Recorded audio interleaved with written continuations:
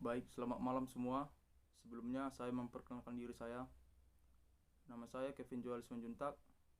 Di sini saya akan menjelaskan materi tentang definisi cadangan, metode penentuan cadangan, recovery factor, dan perhitungan volumetrik.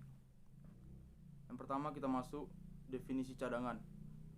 Cadangan didefinisikan sebagai kuantitas atau jumlah volume minyak dan gas yang dapat diperoleh atau diproduksi secara komersial. Beberapa metode perhitungan cadangan diperoleh berdasarkan ketersediaan data, waktu, dan dana. Ada terdapat beberapa perhitungan cadangan migas, yaitu sebagai berikut. 1. Metode analogi. 2. Metode volumetrik. 3. Metode Desline curves. Yang keempat, metode material balance.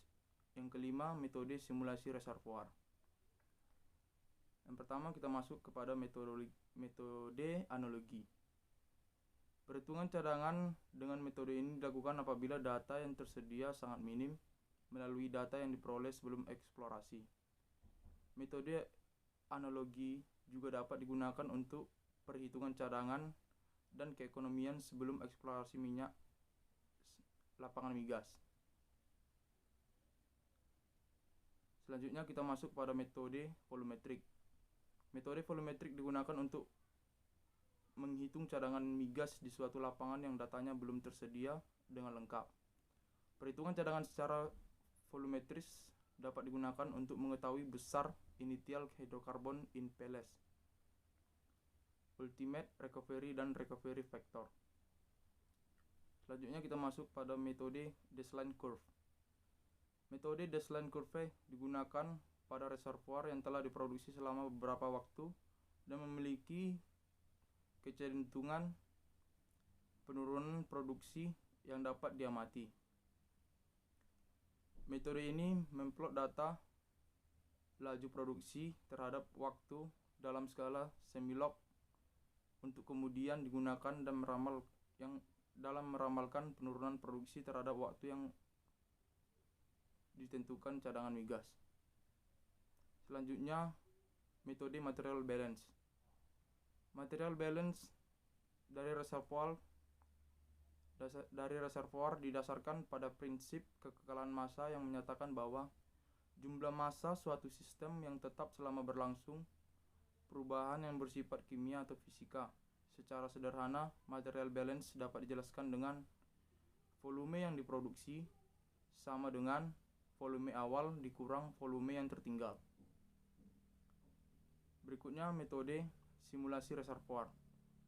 Simulasi reservoir merupakan aplikasi konsep dan teknik pembuatan model matematis dari suatu sistem reservoir dengan tujuan agar mendapatkan hidrokarbon atau minyak secara optimal dan ekonomis. Metode ini terdiri dari membuat atau memilih model, pengumpulan, dan memasukkan data ke model. Selanjutnya kita masuk kepada materi recovery factor. Faktor perolehan atau recovery factor adalah perbandingan jumlah migas atau gas, jumlah minyak atau gas yang dapat diambil terhadap jumlah minyak atau gas di tempat atau in place dengan menggunakan teknologi primary, secondary, maupun tertiary recovery.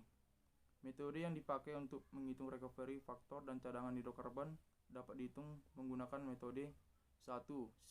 Stimulasi reservoir. Yang kedua, material balance. Yang ketiga, Desline curve. Dan yang keempat, metode analitik.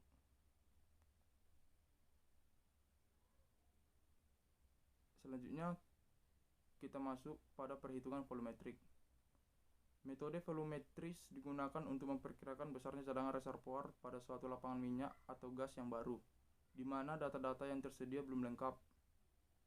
Perhitungan perkiraan cadangan secara volumetris dapat digunakan untuk mengetahui besarnya initial hydrocarbon in pellet, ultimate recovery, dan recovery factor. Untuk penentuan initial oil place pada batuan reservoir yang mengandung 1 asrifit pada kondisi awal, maka volume minyak dapat dihitung dengan persamaan sebagai berikut. initial oil in place atau NI sama dengan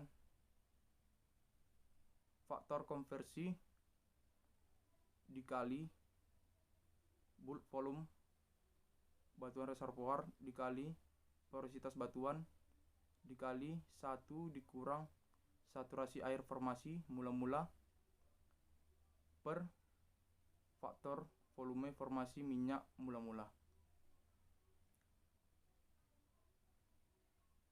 Dan untuk sejumlah gas mula-mula initial gas in place dapat ditentukan juga dengan persamaan GI atau initial gas in place sama dengan faktor konversi dikali volume bulk dikali porositas batuan dikali 1 dikurang saturasi air formasi mula-mula per faktor volume formasi gas mula-mula.